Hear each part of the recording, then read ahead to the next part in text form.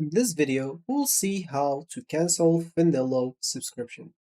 So as you can see here, using Finelo Support Center, we'll just go through this article to show you how to do it, and the process is very easy. So first of all, we would like to log into your Finelo account.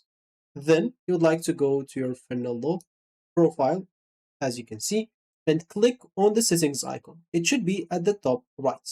Then you'll have to select subscription and click on cancel subscription. It's very easy. So here, once you click on the setting icon, you'll find this manage subscription. Once you go and click on that, you will find a cancel subscription button and you should be good to go. Of course, this is if you're using it on PC. If you're using it on your Android as example, you can just go and basically do the same.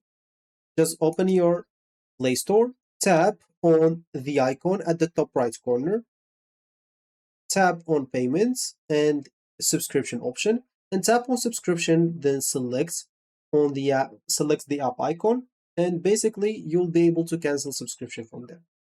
For the App Store, you'll be able to do kind of the same. You can go to iPhone settings, tap on your name at the top screen, click on subscription. You should find your subscription there. Find subscription option related to Finelo app, and scroll down to find the cancel option.